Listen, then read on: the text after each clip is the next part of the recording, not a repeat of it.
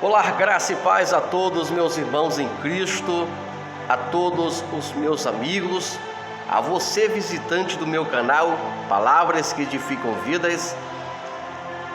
Eu quero nesse momento convidar você para refletir comigo. Eu tenho algo para falar para nós. Isso será um assunto muito interessante, mas eu preciso de toda a sua atenção. Nós vamos refletir, meditar poucos minutos sobre o pecado. Sei que quando se trata de pecado, é um assunto que às vezes são polêmicos. Nem todo mundo gosta de um assunto semelhante a esse, mas é um assunto importante e eu gostaria que você não saísse daí, assistisse esse vídeo, a qual nós vamos falar sobre o pecado. Mas antes, se você ainda não é inscrito no meu canal Palavras que Edificam Vidas, um canal que você tem pregações, ilustrações, reflexões, então se inscreve agora no meu canal, já deixa a sua curtida, o seu like e não se esquece, deixa sempre os seus comentários no vídeo, diga o que você achou, fale sobre o assunto, diga de onde você está falando, qual cidade, aonde você está falando, para a gente lhe conhecer melhor. Vamos fazer isso? Vamos nos conhecer melhor? Então, deixa o seu comentário, deixa a sua curtida. Se não é inscrito, já se inscreve em nome de Jesus. Vamos ao assunto sobre pecado. Primeiro eu quero que você entenda.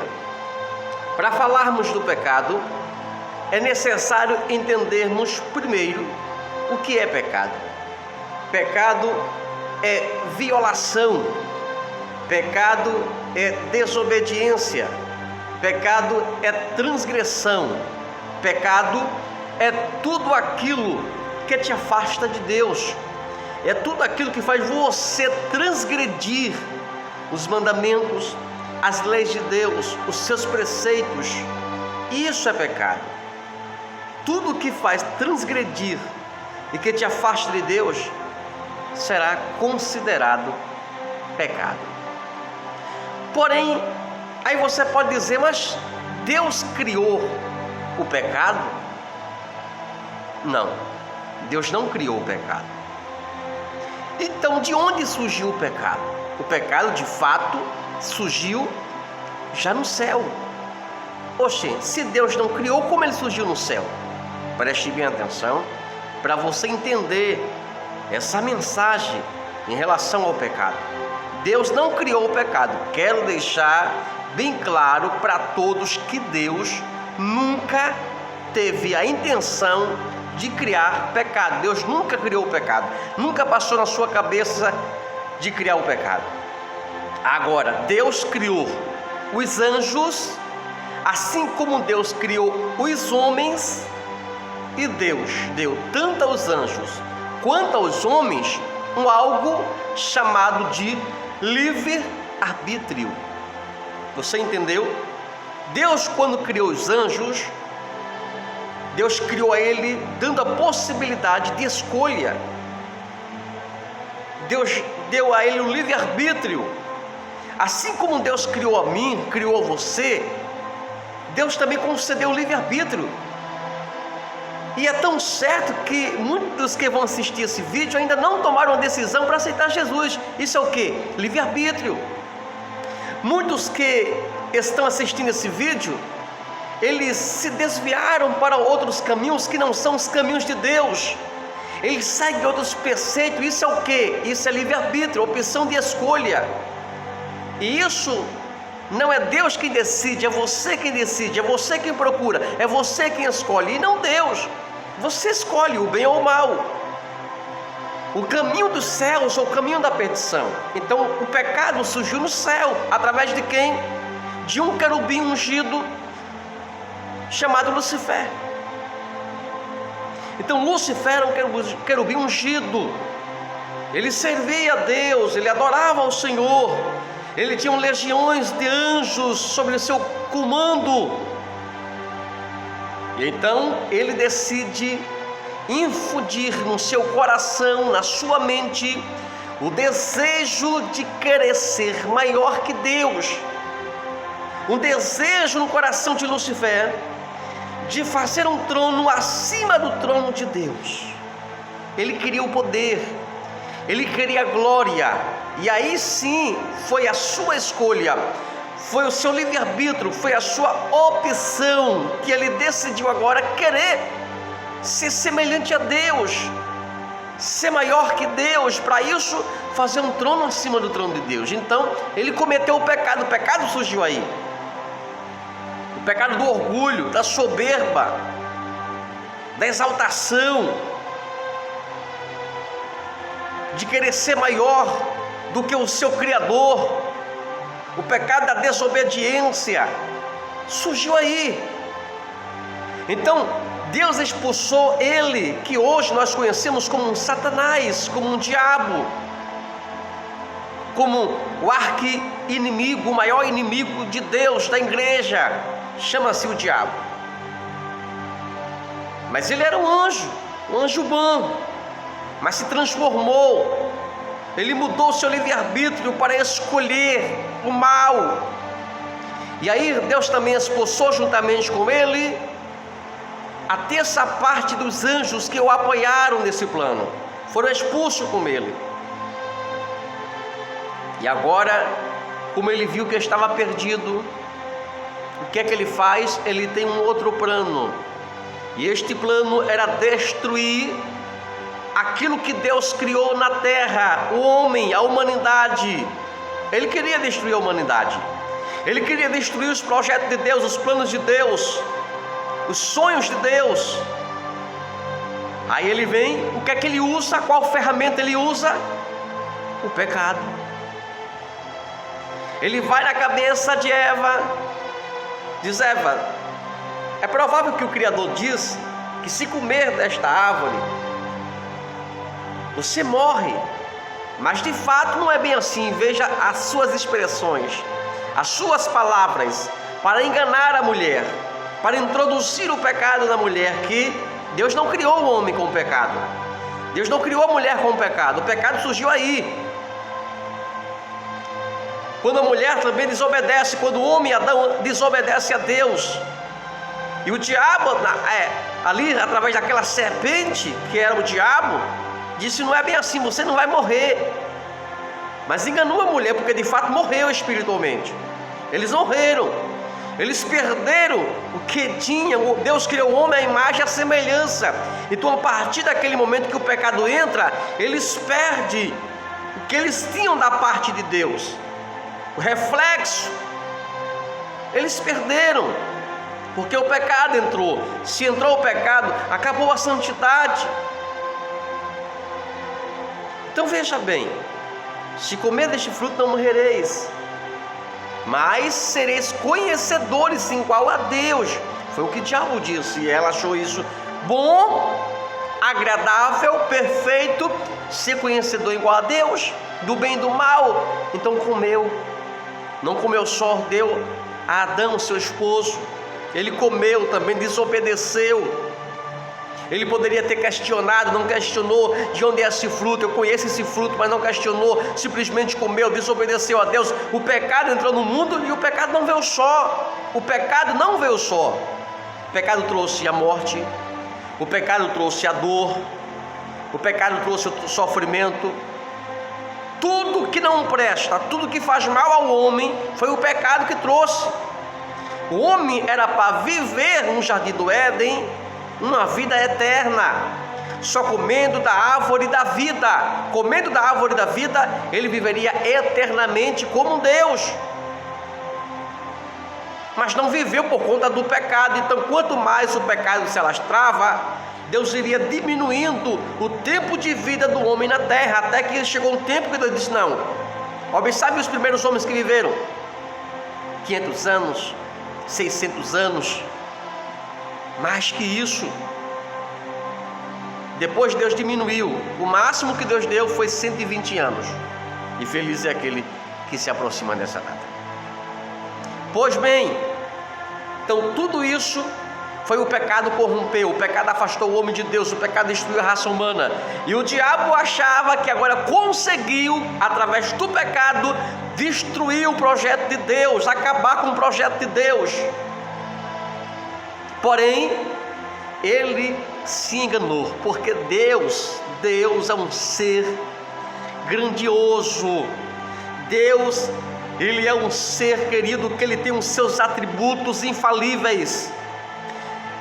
Dentre esses atributos tem a sua onisciência, o Deus que conhece todas as coisas, que sabe todas as coisas, que prevê o seu futuro. Ele sabe o teu amanhã, ele sabe o teu futuro, ele conhece de tudo. Então Deus projetou isso, e sabendo disso, Deus já tinha feito o plano para resgatar o homem, para salvar o homem, para aproximar novamente o homem de Deus, porque o pecado afastou, o pecado destruiu. A Bíblia diz que o pecado, ele faz uma barreira, uma separação entre Deus e o homem. Não é Deus que se afasta de você, somos nós, com os nossos pecados, com as nossas falhas, com os nossos erros, com os nossos delitos, que nos afastamos de Deus. Deus não se afasta da sua humanidade, da sua criatura, do que ele criou. É até que ele ama o pecador, mas aborrece o pecado. Somos nós, com os nossos erros, que nos afastamos de Deus. É que cria o nosso pecado, ele cria uma barreira, uma separação entre Deus e o homem. E aí, no plano de Deus, de João 3,16, foi de enviar o seu Filho Jesus Cristo para morrer pelo mundo, pela humanidade. Aí você diz: mas por que Cristo teve que descer e dar a sua vida por nós? A Bíblia diz que Deus olhou do céu à terra e não viu um justo sequer, ninguém capaz, ninguém capaz de dizer eu vou. Na terra não tinha pessoas que dessem a sua vida, até porque eram pecadores. E observe uma coisa, no Antigo Testamento, quando alguém pecava, era necessário o sacerdote oferecer sacrifício de animais inocentes.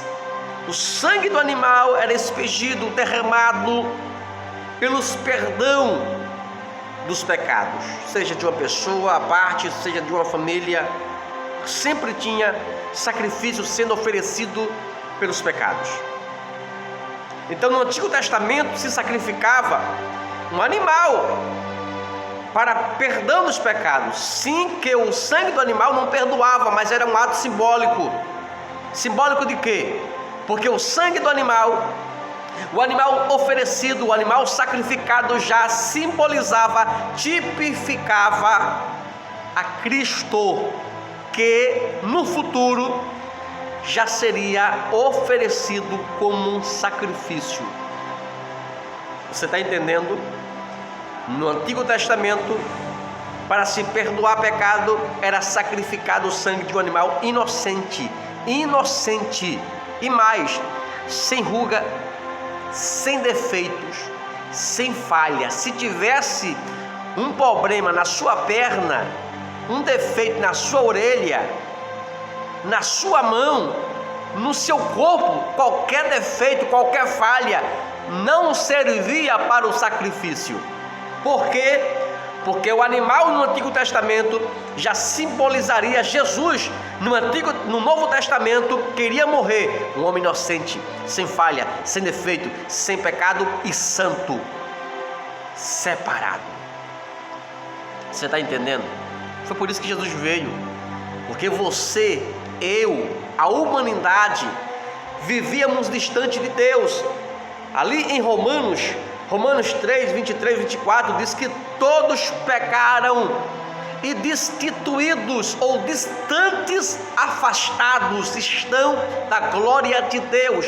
O pecado entrou e separou o homem de Deus. O homem perdeu a comunhão, o homem perdeu o elo, o homem perdeu o contato, a glória de Deus.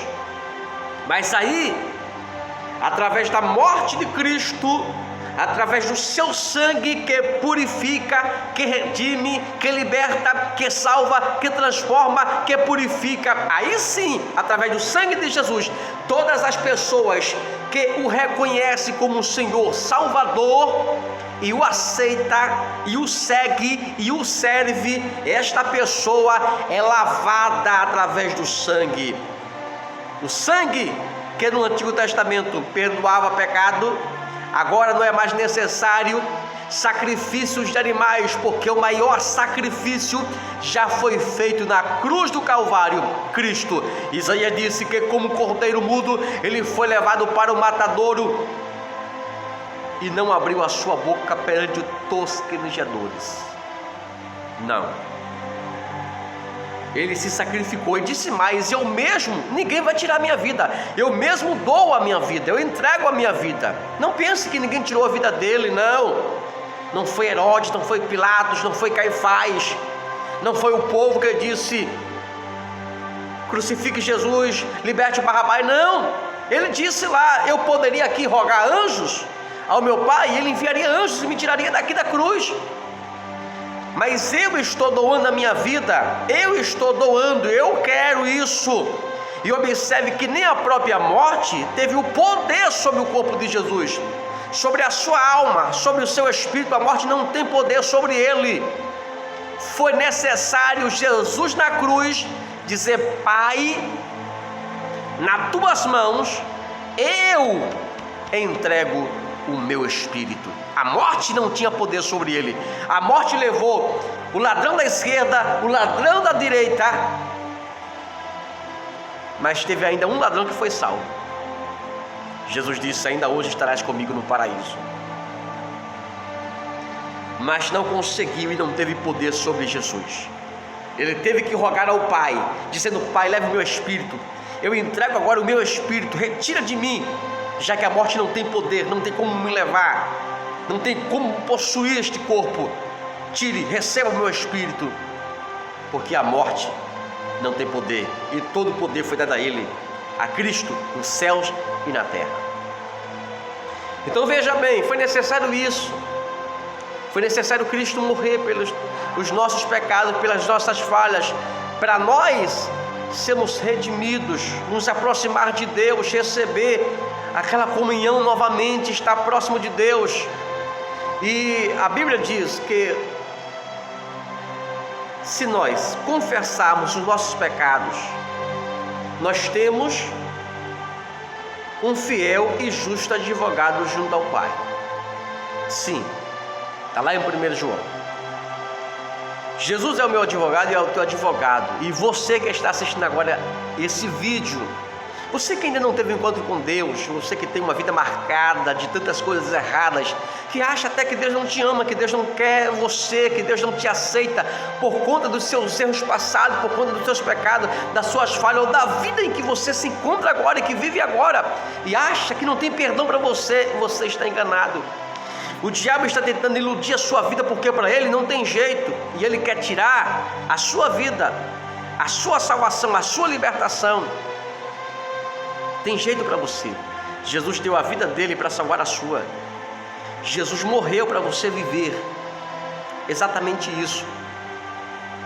Teu pecado, Jesus perdoa. Jesus é o nosso advogado que está diante do Pai, intercedendo por nós. Não existe outro mediador, intercessor entre Deus e o homem, só Jesus. É isso. Eu abordei esse assunto sobre o pecado para dizer exatamente para você que o teu pecado tem perdão, que Jesus te ama, que você é importante. Você pode ser desprezado pelas pessoas, pela vida que você está, pela vida que você se encontra, mas Jesus perdoa seus pecados e tem um projeto lindo na sua vida. Projeto este de salvação, de vida eterna, de morar no céu, de paz, de glória, de gozo, de alegria junto a Ele. Amém? Eu espero que você tenha gostado desta breve reflexão, onde nós refletimos sobre o pecado. E eu quero que você entenda que o amor de Deus é muito maior do que possamos imaginar. Ele te ama. A misericórdia dele, a graça dele, a bondade dele é algo infinito sobre as nossas vidas. Amém? Se você gostou dessa reflexão, se você recebeu o amor de Deus na sua vida, se você sentiu o perdão de Deus na sua vida através dessa mensagem, então deixa uma curtida, dá o seu like agora, deixa o seu comentário, fale o que você achou desse vídeo, Em nome de Jesus, diga de onde você está falando. Eu quero conhecer você. Diga de onde você está falando, até onde esse vídeo está sendo alcançado. Amém? E se você não se inscreveu ainda não faz parte dessa família, não é inscrito agora, ainda não está inscrito no canal Palavras que Edificam Vidas, já se inscreve. Se inscreve agora. Amém? Deus abençoe a sua vida. Fica na paz. E até o próximo vídeo, se Deus assim nos permitir.